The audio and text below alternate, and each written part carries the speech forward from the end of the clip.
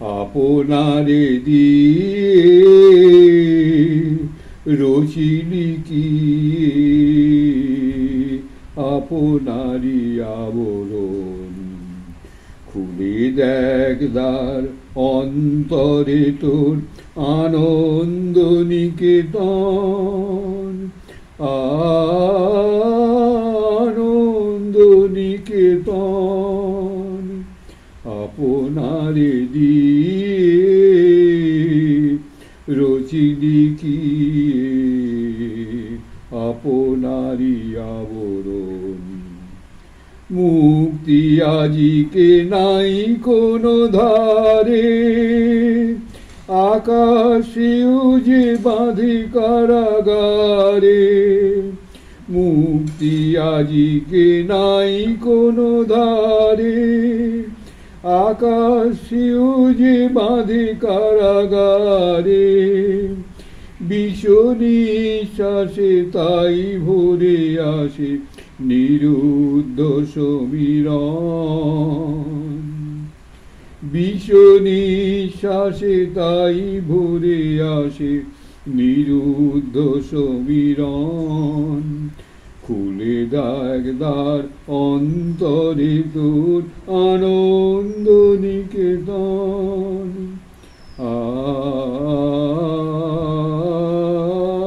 আনন্দ নিকেতন।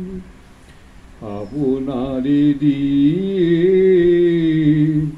রচিলি কি আপনারি আবরণ, ঠেলে দে আড়াল ঘুচিবে আধার, আপনারে ফেলে দূরে।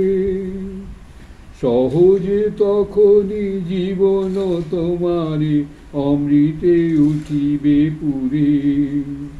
ঠেলে দে আড়াল ঘুচিবে আধার, আপনারে ফেলে দূরে।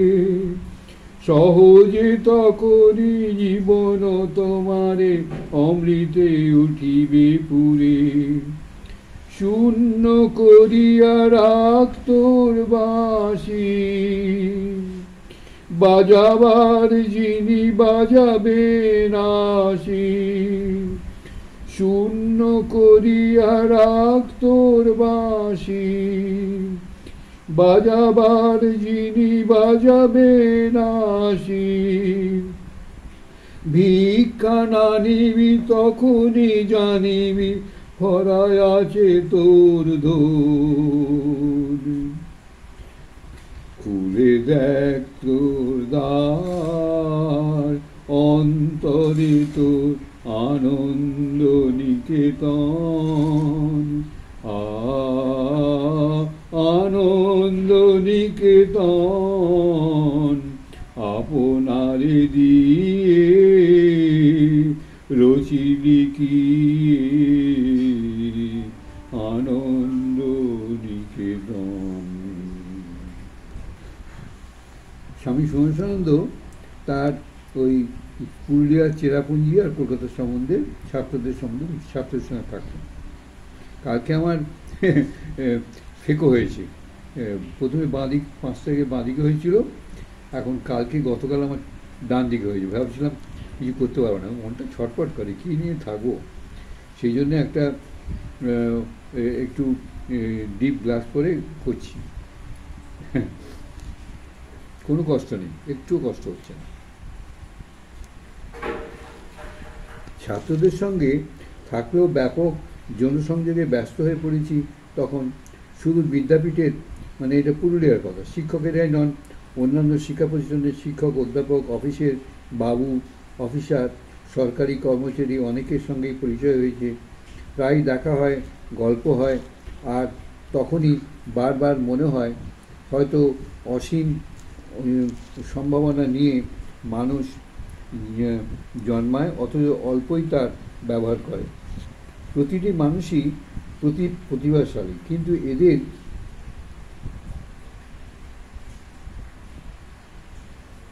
অধিকাংশই জীবন কাটিয়ে যাচ্ছে সাধারণভাবে। এটাই মানব জীবনের মূল সংকট। উপনিষদেরই বক্তব্য, মানুষ অসীম ব্রহ্ম, অথচ সে আত্মহত্যা করছে। বৈদান্তিক সত্য যেন চোখের সামনে খুলে খুলে গেল, ছেলে খুলে গেল। আমার নিজ অভিজ্ঞতার সমর্থন পেলাম উপনিষদ থেকে, এবং এটাও মনে হলো যে সভ্যতার সংসারীয় সংসারীয় সব সংসারীয় সভ্যতাও সংকটও দূর হতে পারে বেদান্তের শপথ করে, বেদান্তের পথ ধরে। কিন্তু এই যুগে এর প্রায়োগিক পথ কী হবে, কেমন কর্মসূচি চাই, নানা ক্ষেত্রে বিভিন্ন মানুষের জন্য আলাদা আলাদা পদক্ষেপগুলি কেমন করে হবে। পরবর্তীকালে আমার লেখাগুলির মাধ্যমে এরই উত্তর খুঁজেছি। স্বামী বিবেকানন্দ এই ব্যাপারে শিক্ষা দিয়েছিলেন তার বক্তৃতা ও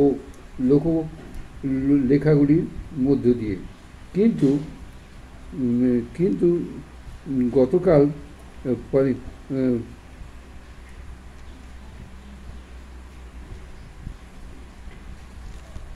গতকাল দেশকাল পাত্রভেদে তার ব্যবহারিক প্রয়োগ কীভাবে হবে, এইটার জন্যেই এটা উদ্দেশ্যই ছিল আমার। কেউ কেউ বলেন মানুষ পৃথিবীতে আসে বিশেষ কোনো উদ্দেশ্যে, কোনো বিশেষ কাজের জন্য। সেই কাজই করার জন্য যে পরিস্থিতি দরকার সেগুলি তাই নিজেই তার সামনে চলে আসে। ফলে কাজ করার ব্যাপারে অনেক সুবিধে হয়। অনেকে একে ভাগ্য বলেন। যারা ভাগ্যে বিশ্বাস করেন না তারা বলেন সংযোগ, পুরুষকার ইত্যাদি। এইটা কিন্তু আমার জীবনেতে আমি মানি এবং দেখেছি যে কাজের জন্য ভগবান পাঠান, সেই কাজের জন্য যা যা প্রয়োজন, সুযোগ, সঙ্গ, পরিস্থিতি সব তিনি জুটিয়ে দেন। আবার নিজ অহংবশে একটা কাজ করতে আপনি চাইছেন বা কারুর চাপে পড়ে, কিন্তু সেখানে সুযোগ সুবিধা আসবে না, সুতরাং সে কাজও হবে না ঠিক মতো। পুরুলিয়া বিদ্যাপীঠের জীবন নিয়ে যখন ভাবি মনে হয় ভাগ্য ও পুরুষকার দুটি কাজ করে হয়তো। শান্তিদার কথাই ধরুন, বিদ্যাপীঠে বাংলার শিক্ষক শান্তি সিংহ। দেশ সাপ্তাহিকে তার কবিতা বেরোতো, নামকরা লিটিল ম্যাগাজিনও। তার তুলনায় আমি এক পিগমি, অথচ পুরুলিয়া শহরে সাহিত্য পরিমণ্ডলে আমাকেই ডাকত যুবক কবি গায়কেরা। অনেকগুলি কবি সম্মেলনে সভাপতি তো করতে হয়েছিল। শান্তিদা তেমন ডাক পাননি কেন? নিজেকে বড় কবি বলে আমাদের করুণার চোখে দেখতেন। পুরুলিয়ার কয়েকটি সংবাদপত্রই বা আমাকে কেন ডেকেছিল নিয়মিত কলম লেখার জন্য?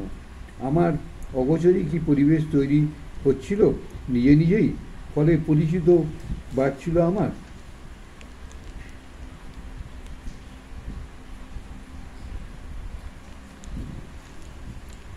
ছবিটা করি এখন, আজকে তো অসুবিধা হবে, কালকে থেকে হয়তো একটু সুবিধা হবে।